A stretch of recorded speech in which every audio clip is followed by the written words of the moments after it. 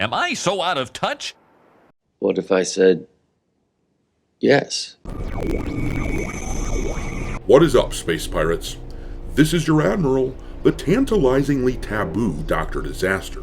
And I know this isn't exactly news or anything, but it still needs to be said. The only reason that most game journalists even play video games is to review new AAA games in order to appease their corporate bosses and continue to get early and exclusive access to AAA studios. What's in it for me? That is why, when Ubisoft put out Assassin's Creed Shadows earlier this year, game journalists rushed to get their review released, and they slobbered all over that Ubisoft buggy slop.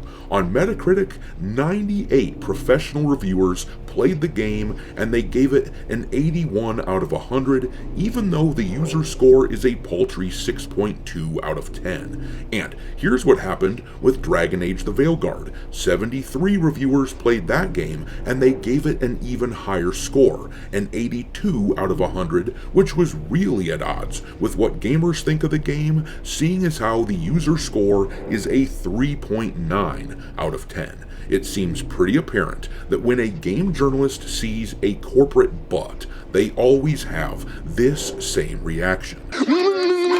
But when a new game comes out that either isn't a AAA title or it doesn't fit into their shitlib progressive worldview, they go out of their way to ignore it. Case in point, last year, when Lollipop Chainsaw Repop came out, game journalists were sent codes of that game, but a year later, and we still only have 8 reviews for it because the attractive female character in that game offended game journalists' feminist sensibilities. Schedule 1 is another example. That is an indie game, so it doesn't come from one of these big AAA companies, so they didn't care about this game. And as you can see, they don't even have 4 reviews for it with scores for that game, despite the fact that Schedule 1 was a smash hit that was hilarious fun. There aren't even 4 review scores, so they can't even give this game a score. Yet, on Steam, that game hit over 450,000 concurrent players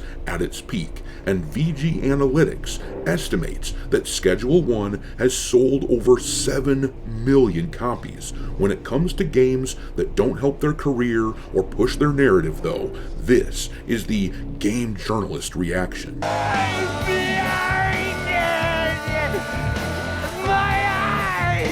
Well, that same phenomenon appears to be happening with this game here, Escape from Duckov, an extraction shooter with a funny duck aesthetic that has really been picking up steam, pun intended, because over on Steam, the game has been growing in popularity to the point that they are hitting over 250,000 concurrent players at its peak, and you can tell from the way that the Steam chart number has been rising steadily that word of mouth is phenomenal for this game. It has grown rapidly in the week or so since it's been out, no thanks to the game journalists. Only 8 of them could be bothered to write about this game thus far, and they scored it well below the likes of Assassin's Creed Shadows and Dragon Age, once again going contrary to what gamers scored this game. Over on Steam, gamers have rated Escape from Duckov a 94% positive. Hey guys, here's my review of the game.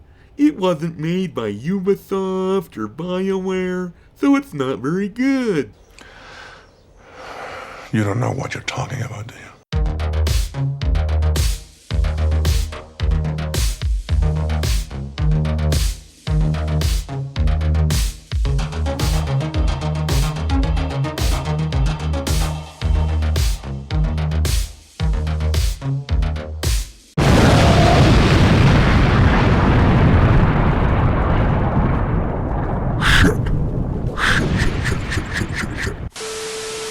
Alright, me hearties, make sure that you hit the like button on this video, share it with your friends, and subscribe to the channel if you haven't already.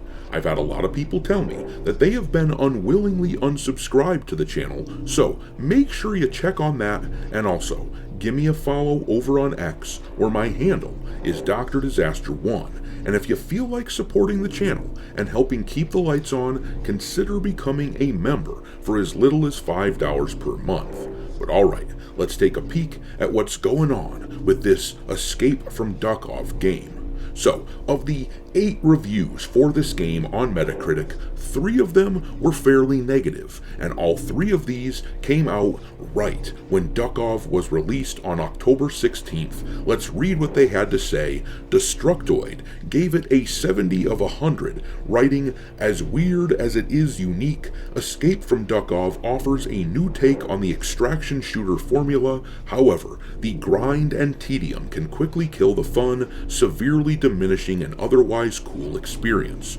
Dual Shockers gave it a 70 as well, writing, "Escape from Duckov does a lot right while keeping an adorable identity, but it demands too much time without offering enough thrills in return. The game's biggest failings come from being inspired by a title that is fundamentally a bad game that somehow works in spite of its design, not because of it." And then the outlet But Why Though gave this game a 65 of 100, and they said here, "As a purely single-player experience, it feels like a solid introduction to the extraction shooter genre, but even the cute ducks can't save Escape from Duckov from feeling like a chore." Well guys, I hate to say it, but you are clearly in the vast minority here. As I pointed out, this game has been growing on Steam over its first week, and it might even rival the numbers that we saw from Schedule 1 this past spring. Word of mouth has clearly been quite good for Escape from Duckov. Whenever a game gains players like this, from launch weekend to the next weekend, that is an extremely good sign. So, like I said, all 3 of those negative reviews from game journalists came out right when the game was released, and it didn't have much of a following. Only 2 reviews were positive right when the game came out. GameStar here gave it an 80 of 100, and Game Grin gave it an 85 of 100 right when it released. Good on both of them for recognizing a fun game without needing their colleagues to tell them it was okay to like it. And then you will note that these 2 reviews are both positive scores, but they came out in the past 2 days, meaning that they waited until the game was clearly a hit and had a following before they started talking about it. And the same goes for this review right here. These reviewers are clearly bandwagon jumpers. They undoubtedly were sent codes for the game, but they couldn't be bothered to discuss it until it was clear that gamers were flocking to it. I will keep an eye on these negative scores here though from last week. It will be interesting to see if any of them change their score in order to fit in, because here is what gamers are saying about this game. It has a 94% positive score on Steam with over 17,000 reviews. People have been talking about it enough on social media that I caught wind of this game. I hadn't heard of it until the last day or so here, but I caught wind of it and decided to watch a bunch of gameplay, and even though I'm not really a fan of the extraction genre, I'm interested in checking this out. For cripe's sake, like all of the other games that are succeeding this year, this title is far less than the $70 that we are being presented with AAA SLOP being only 18 bucks, and the reviews from people who are playing Escape from Duckov make it seem pretty attractive to at least try out for that pretty low price tag. This guy here gave the game a thumbs up and wrote, "Feeding ducks with bread, red X. Feeding ducks with lead, green checkmark." This game has everything you'd want from an extraction shooter. Complex base building, cool character customization and progression system, quests, tons of different enemies, loot, great soundtrack, and fishing.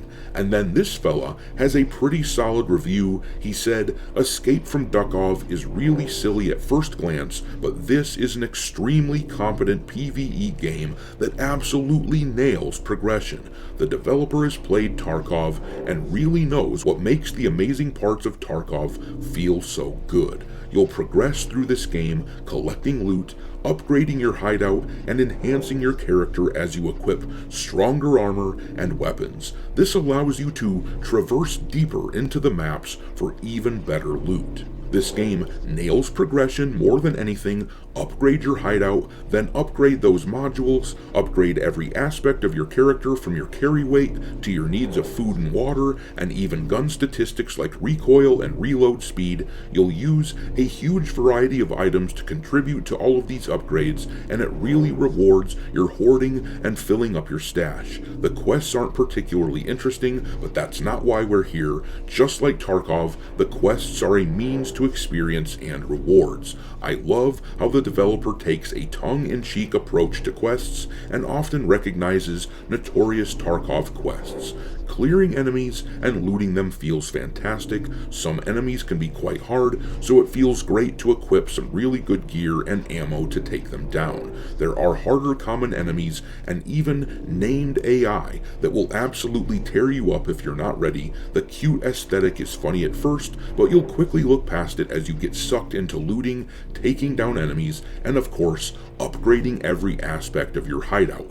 Don't be fooled and think this is a meme game. Other than Tarkov itself, I don't think another game nails extraction progression better. This game scratches such a great itch for me, and I can't praise this game enough. Like I said, these reviews make it hard not to justify $18 to play this game. There is a reason that they have gotten up to 250,000 players playing this game concurrently on Steam.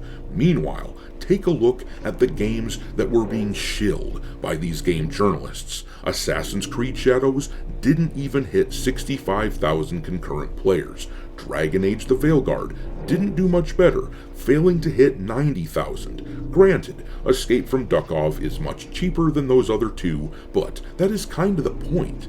Why pay $70 for progressive, propagandistic AAA SLOP when you can spend less than $20 for what is clearly a good time? And besides all that, even without the help of shill reviewers and game journalists in general talking about this game, Escape from Duckov is kicking the ass of those other games. They caught my attention, and hopefully, if you like this style of game, it will catch yours as well. But I'm gonna leave it there. What do you make of Escape from Duckov? Does it look like your cup of tea? Drop your thoughts along with your contempt for the journalists who can't be bothered to talk about games like this into the comment section below, and we will talk there. Thanks for watching me, Hearties.